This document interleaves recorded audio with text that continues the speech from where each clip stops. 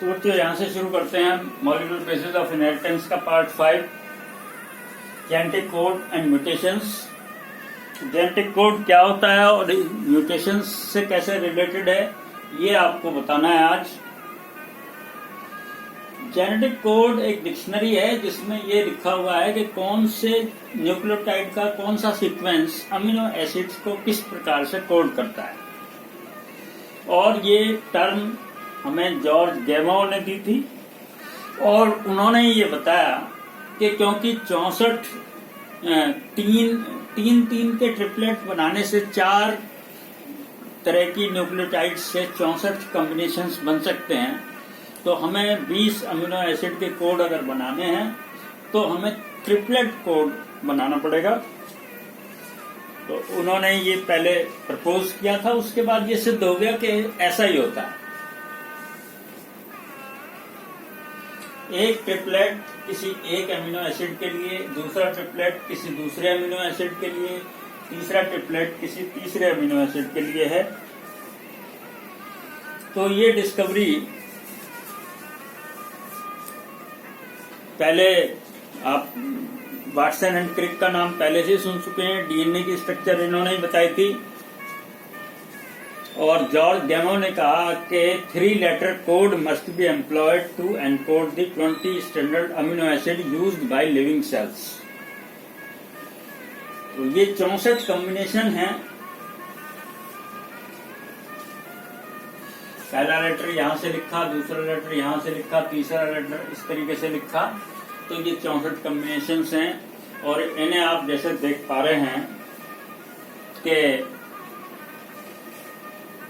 कई सारे कोड एक सेम अमीनो एसिड को कोड करते हैं, लेकिन कोई कोड ऐसा नहीं है जो एक से ज्यादा अमीनो एसिड को कोड करता हो। ऐसा नहीं है कि किसी एक स्पीशीज में किसी दूसरा अमीनो एसिड को कोड करे और किसी दूसरी स्पीशीज में किसी दूसरे अमीनो एसिड को कोड करे, ऐसा नहीं। तो ये अमीनो जितने भी कोडोन्स हैं, इन कोडोन्स के ये कैरेक्टर्स लिखे हैं।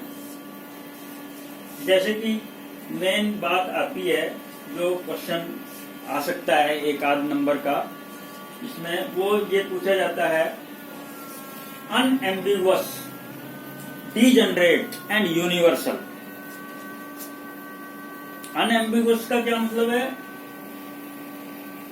when one codon codes for only one amino acid, यानी कि एक कोडोन जिस अमीनो एसिड को कोड करता है वो यूनिवर्सल होता है, उसी को कोड करता है। इसे अनएम्बिगुअस कहते हैं कि कोई शक की गुंजाइश नहीं है, अगर ये कोड है तो यही वाला अमीनो एसिड आएगा। डीजनरेट का मतलब ये है कि अगर एक कोड में कोई एक बदल भी जाए, एक न्यूक्लियोटाइड चेंज भी हो जाए, तो भी कई बार वो उसी अमीनो एसिड को करता रहता है। तो एक अमीनो एसिड के एक से ज्यादा कोड होते हैं, इसके लिए हम इस्तेमाल करते हैं शब्द डीजनरेट। और यूनिवर्सल का मतलब ये सभी स्पीशीज पे लागू होता है। कोडोन्स के type, each codon consists of 3 bases. There are 64 codons. 61 codons code for 20 amino acids found in proteins. 3 codons do not code for any amino acid. तो ये स्टॉप कोडोन होते हैं। जब ये आ जाते हैं तो प्रोटीन सिंथेसिस रुक जाता है।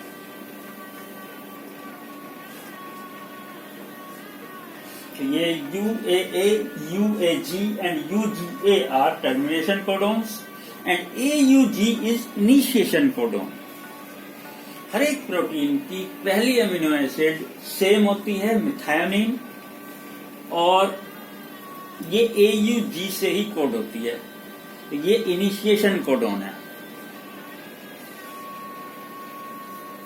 तो इस तरह के डायग्राम को बना करके भी आप इन्हें याद कर सकते हैं।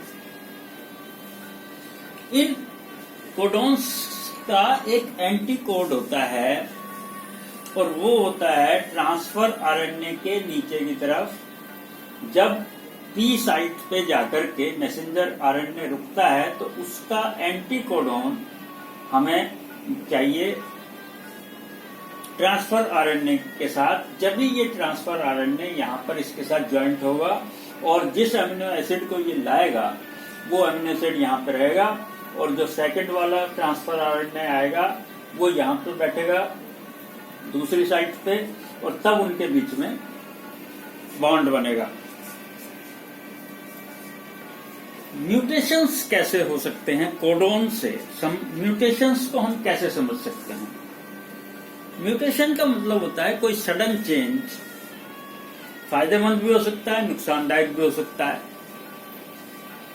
जो पहले पेरेंट्स में कोई कैरेक्टर नहीं हो और वो वाला कैरेक्टर आ जाए। तो जैसे कि अगर एक कोडोन का कोई एक बेस बदल जाए और जो प्रोटीन बनेगी उसके अंदर कोई नया अमीनो एसिड आ जाए और उसकी वजह से पूरा का पूरा फंक्शन ही चेंज हो जाए तो म्यूटेशन हो जाते हैं। म्यूटेशंस का एक classical example of point mutation. Point mutation का मतलब है जब केवल एक बेस चेंज हो, डिलीट हो जाए, फालतू आ जाए या एक्सचेंज हो जाए। केवल एक न्यूक्लियोटाइड में फर्क आ जाए, वो डिलीट हो जाए, एक न्यूक्लियोटाइड फालतू आ जाए या एक न्यूक्लियोटाइड एक्सचेंज हो जाए, तो उसे पॉइंट म्यूटेशन कहते हैं। इसका एग्जाम्पल इन्होंने दिया है सिकल सेल एनीमिया।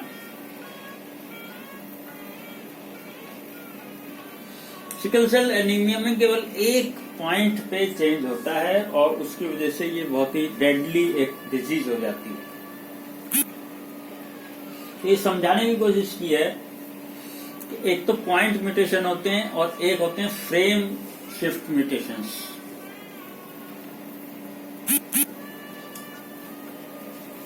मतलब क्या, ये एक कोड है, तीन